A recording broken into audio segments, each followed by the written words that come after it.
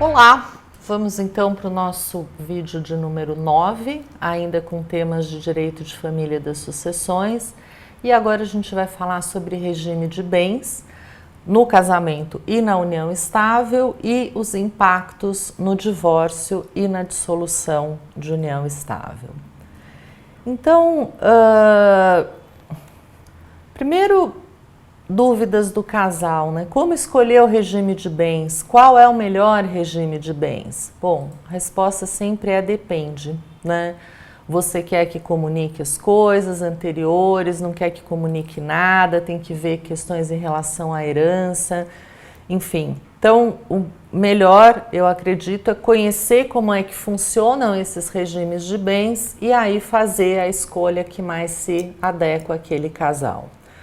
O regime de bens escolhido ou determinado por lei vai ter consequências jurídico e patrimoniais tanto no casamento quanto na união estável, né? Vai disciplinar interesses econômicos do casal e do casal com terceiros, fundamentalmente depois da separação de fato, divórcio, dissolução da união ou no falecimento. É muito importante, tanto no casamento quanto na união estável, que se tenha claramente quando foi o início e o final da relação. No casamento e no divórcio, como a gente viu, são atos formais, então é mais fácil, né, mais preciso a gente sabe exatamente o dia do casamento e o dia que foi dada a entrada no divórcio e depois quando saiu a sentença. Lembrando ainda que o divórcio ele pode ser judicial ou em cartório quando há acordo, quando há consenso do casal e não tem filhos menores, né? Testamento, agora os cartórios já estão aceitando que tenha testamento, desde que não tenha filhos menores e que haja consenso quanto à divisão de bens e pensão. Mas a união estável, como a gente viu no vídeo 8, quando não tem contrato de convivência, pode ser mais difícil de saber exatamente quando começou e muitas vezes até quando houve a separação, né? Isso vai depender de provas apresentadas em juízo, testemunhas, enfim. Mas, de qualquer maneira, sendo no casamento, sendo na união estável, a gente tem atualmente no Brasil 5 regimes, tá? E a gente vai falar deles 5. O primeiro é a comunhão parcial de bens, que é o que a gente chama de regime legal, ou seja, se o casal não escolher outro regime, é esse que vai vigorar. O segundo, a comunhão total de bens, que ela tem que ser convencionada num pacto antinupcial ou num contrato de convivência. O terceiro, a separação total de bens, que também tem que ser convencionado. O quarto, a separação obrigatória, esse é imposto por lei, a gente vai ver quais são as situações. E o quinto, participação final dos aquestos, que também é convencional. É importante aqui a gente entender e marcar bem que cada regime desses 5 que eu falei vai ter consequências patrimoniais diferentes, tanto no divórcio quanto na dissolução da união estável e na sucessão, tá? Então, os regimes eles têm algumas características no divórcio e na dissolução, e na sucessão é um pouco diferente. A gente vai ver isso no nosso vídeo 10.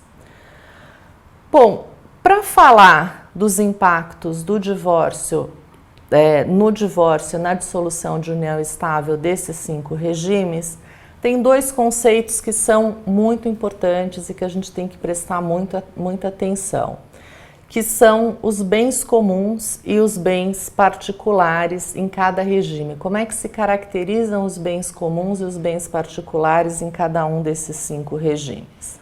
Então, vamos lá.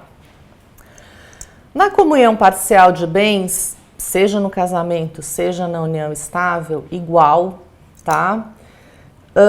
O princípio central aí é de que há um esforço comum depois de que o casal começa a viver junto, né? Então, presume-se que tudo que foi adquirido por esse casal depois deles estarem casados ou vivendo em união estável vai ser patrimônio comum, independentemente de quem pagou, no nome de quem está e tudo mais, tá? Caso se queira alegar alguma coisa diferente, isso depende de provas em juízo, enfim, bastante complexo. Mas, em regra, a gente vai ter no regime de comunhão parcial 3 patrimônios: o patrimônio pessoal meu, o patrimônio pessoal do meu marido ou companheiro e o patrimônio comum, que é dos dois, né? A regra geral, assim, se a gente quiser ter só uma ideia muito simplificada, é o que foi adquirido durante a união a título oneroso, ou seja, mediante pagamento, né, com dinheiro, fundamentalmente compra e venda de móveis e imóveis, é patrimônio comum. E o que foi recebido por doação ou por herança, ou seja, a título gratuito, né, não houve pagamento, e o que eu tinha antes da união é patrimônio pessoal, patrimônio particular. Então vamos lá, vendo com um pouquinho mais de detalhes. O artigo 1659, ele elenca quais vão ser os bens particulares no regime de comunhão parcial de bens no casamento e na união estável. Então, como a gente falou, bens móveis e imóveis possuídos por cada cônjuge ou companheiro antes da união, bens móveis e imóveis também possuídos por cada cônjuge ou companheiro, ou melhor, que cada cônjuge ou companheiro receber na constância da união por doação ou herança, e bens móveis e imóveis adquiridos com o produto da venda dos bens acima citados. Então, imaginando que eu tinha um apartamento antes da união ou que eu recebi por herança esse apartamento, e eu vou vender o apartamento e comprar uma casa com o produto, com o dinheiro dessa venda, isso é considerado, isso é chamado de subrogação, né? Então, é importante, por exemplo, se tratar de bens imóveis, que isso conste do registro de imóveis para ser mais fácil a prova depois. Existem outros itens elencados, né? Então, por exemplo, rendimentos do trabalho pessoal de cada cônjuge, ressaltando aqui que o rendimento ele não comunica, né? Mas se sobrar rendimento e eu comprar imóveis ou eu comprar, fizer aplicações financeiras, nesse regime vai comunicar, tá? Também não comunicam bens de uso pessoal, então roupas, recordações de família, joias de família, enfim. O 1659 elenca ainda alguns outros que eu não vou mencionar, estão aí nos slides, mas que são um pouco menos comuns. Já o 1660, ele vai falar então quais seriam, então a gente falou agora quais são os bens particulares, né, aqueles que não comunicam, então vamos falar agora dos comuns, no regime de comunhão parcial de bens, casamento e união estável. Então, o que comunica? Móveis e imóveis adquiridos na constância do casamento ou da união estável a título oneroso, pago, né? Ainda que só em nome de um dos dois, então, mas está no nome dele ou está no nome dela, não importa. Se foi adquirido no curso da união por compra e venda, por exemplo, isso comunicou, né? Tudo que for adquirido por fato eventual, né? Por exemplo, ganhei numa loteria, num sorteio, numa rifa, mas fui eu que comprei o bilhete. Não importa, se você está casado nesse regime ou vive em união estável, isso vai comunicar. O que pega muito, benfeitorias em bens particulares. Então, por exemplo, eu tenho um imóvel anterior ao casamento, ou que eu recebi por herança ou por doação, então que é meu pessoal, mas as benfeitorias que eu fizer nesse imóvel, por exemplo, eu gastei R$1 milhão para atualizar, pintar, trocar banheiro, enfim, isso vai comunicar. Então, por aí vocês já veem que a prova pode ficar bem difícil em juízo. Outro Outra coisa que comunica e que também é bastante complexa são os frutos, sejam dos bens comuns, sejam dos bens particulares. Então, pegando esse mesmo apartamento, tá, que é meu particular, o aluguel desse apartamento, né, o fruto, ele vai comunicar, tá? E aí, bens móveis e imóveis, por exemplo, que eu recebi por doação, mas que a doação foi feita para ambos, aí também são considerados como bens comuns. Então, comunhão parcial de bens, em regra, tem bens particulares de cada um dos cônjuges ou companheiros e os bens comuns. Comunhão universal de bens. A regra é que todo patrimônio é comum, né? Existe uma massa patrimonial única do casal. Isso inclui dívidas e créditos, tá? O elemento central desse regime é a unificação do patrimônio. E como é que funciona isso? Também na comunhão universal de bens, a gente vai ter alguns bens específicos, de acordo com 1668, que são particulares. Quais sejam? Doações e heranças que eu recebi com aquela cláusula de incomunicabilidade. Lembra que quando a gente falou de doação e de testamento, que uma das cláusulas que a gente pode colocar é a incomunicabilidade, ou seja, esse bem não vai comunicar independentemente do regime de casamento que a pessoa que recebeu tiver, né? Dívidas anteriores ao casamento que não revertam em proveito comum. Então, se o meu marido tinha dívidas que não me beneficiaram enquanto esposa, vamos dizer assim, para o casal, esses não comunicam. Doações que foram feitas por um cônjuge ao outro antes do casamento e com cláusula de incomunicabilidade. Então, eu posso, por exemplo, casar na comunhão universal de bens, mas fazer uma doação anteriormente ao meu casamento com cláusula de incomunicabilidade. Então, esse bem específico não vai comunicar. Bens de uso pessoal, livros, instrumentos de profissão, rendimentos de trabalho, aí pensões, meios soldos, montepios, enfim, coisas muito específicas que a gente não vai falar agora. Importante, esse regime, ele era o regime legal, ou seja, o regime que se aplicava caso o casal não optasse por um outro, isso até 1977. Então, as pessoas que casaram antes de 77 e não fizeram pacto antinupcial têm o regime de comunhão universal de bens valendo para o seu casamento, tá? Bom, terceiro regime de bens, a separação total ou convencional, né, aquela por vontade, que é escolhida pelos cônjuges ou pelos companheiros. Então, a regra é que todos os bens são particulares, mais ou menos o contrário da comunhão total, tá? Então, não vai haver comunhão ou comunicação de qualquer bem ou dívida, seja anterior, seja posterior ao casamento, seja adquirido a título oneroso ou a título gratuito.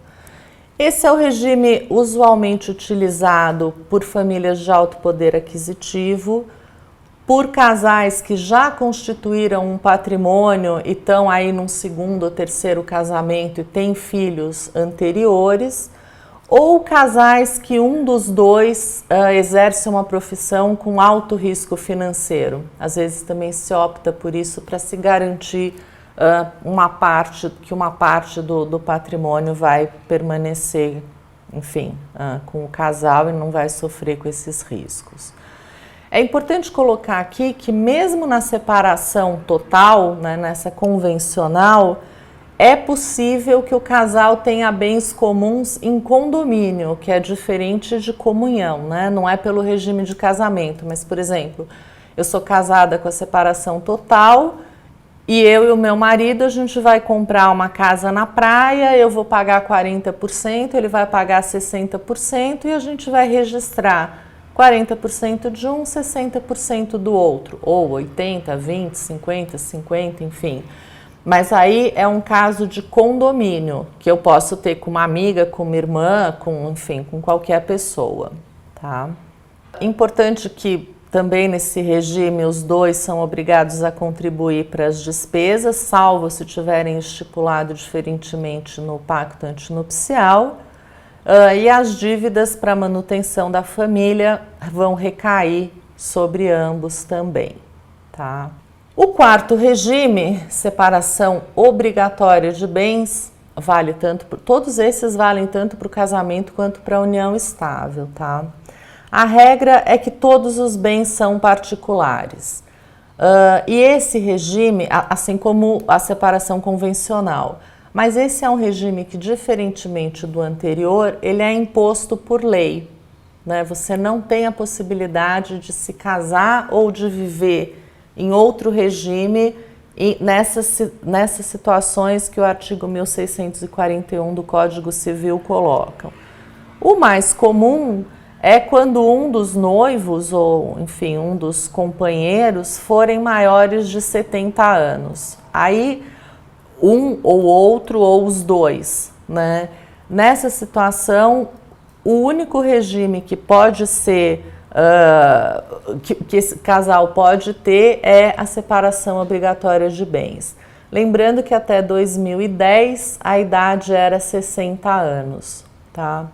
Isso gerou grandes discussões, enfim, teve até uma ação que ficou famosa porque foi colocado que a idade avançada não poderia ser um impeditivo de se escolher um outro regime, porque a idade avançada não é por si só causa de incapacidade.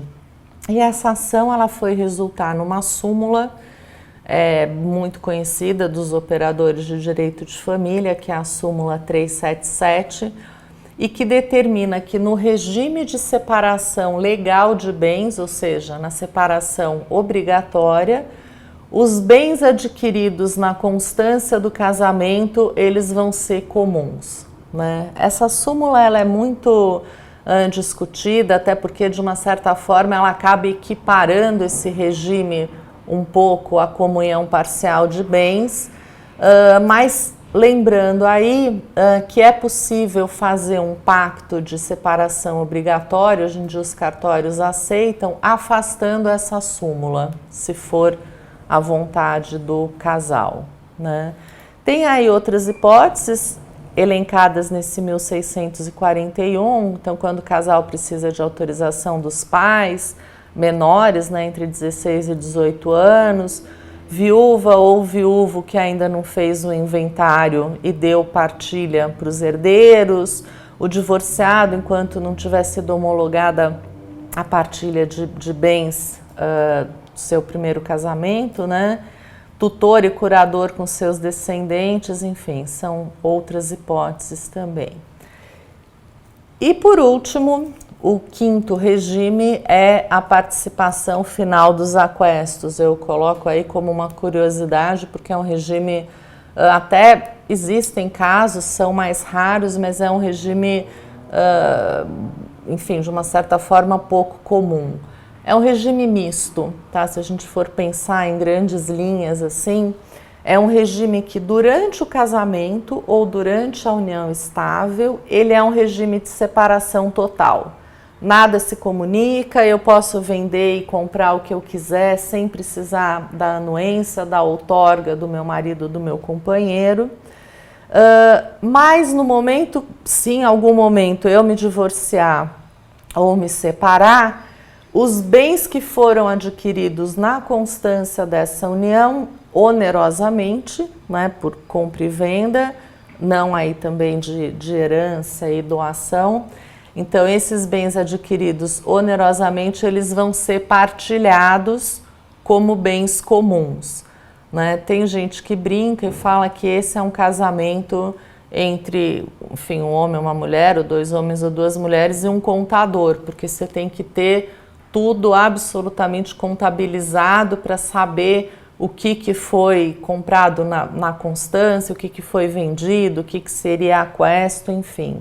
Mas está aí também um pouquinho sobre esse quinto regime. E aí eu fiz casinhas para, de uma forma gráfica, tentar explicar um pouco mais, porque eu concordo com a maioria de vocês que é um pouco complicado. O que vai ser dividido no caso de divórcio, né? E o que não vai ser dividido, ou seja, o que são os bens particulares e o que são os bens comuns. Então, nesse primeiro aí, comunhão parcial, de um lado tem elencado os bens particulares, ou seja, aqueles que não são divididos em caso de divórcio, e do outro lado os bens comuns, ou seja, aqueles que serão divididos em caso de divórcio ou dissolução de união estável. A comunhão parcial é o mais complexo, então são 2 slides, porque são muitos itens, tanto nos particulares quanto nos comuns, tá aí no material para vocês olharem depois. Fiz a mesma coisa para a comunhão universal, então o que é particular e, portanto, não vai ser dividido em caso de divórcio, e do outro lado o que é comum e vai ser dividido em caso de divórcio, em caso de dissolução de união estável. E por fim, na separação total convencional, né, aquela voluntária, então o que não vai ser dividido em caso de divórcio, que é praticamente tudo, né, porque todos os bens vão ser particulares, e o que vai ser dividido, que na verdade não é dividido, mas que cada um vai ficar com a sua parcela, do outro lado da casinha, os bens em condomínio, ok? Na separação obrigatória, também de um lado os bens particulares, que praticamente são todos, que não vão ser divididos em caso de divórcio, e do outro lado os comuns, que seriam aqueles oriundos por conta da súmula 377, ou seja, os bens adquiridos na constância do casamento ou da união estável, com esse regime de bens de separação total obrigatória. E bom, eu espero que tenha ficado um pouco mais claro. Com isso a gente termina aqui o nosso 9º vídeo sobre regime de bens, impactos no divórcio e na dissolução de união estável. E o nosso próximo vídeo, 10, o último dessa temporada, a gente vai falar sobre regime de bens e impactos na sucessão. E bom, se você se interessou por esse assunto, gostaria de seguir o Jeff e ainda não faz parte do nosso mailing, manda uma mensagem para a gente no endereço eletrônico que está aí nesse último slide e eu vou incluir você na nossa lista para que você passe a receber os nossos vídeos, a nossa agenda de encontros e outras novidades. Sejam muito bem-vindos e obrigada!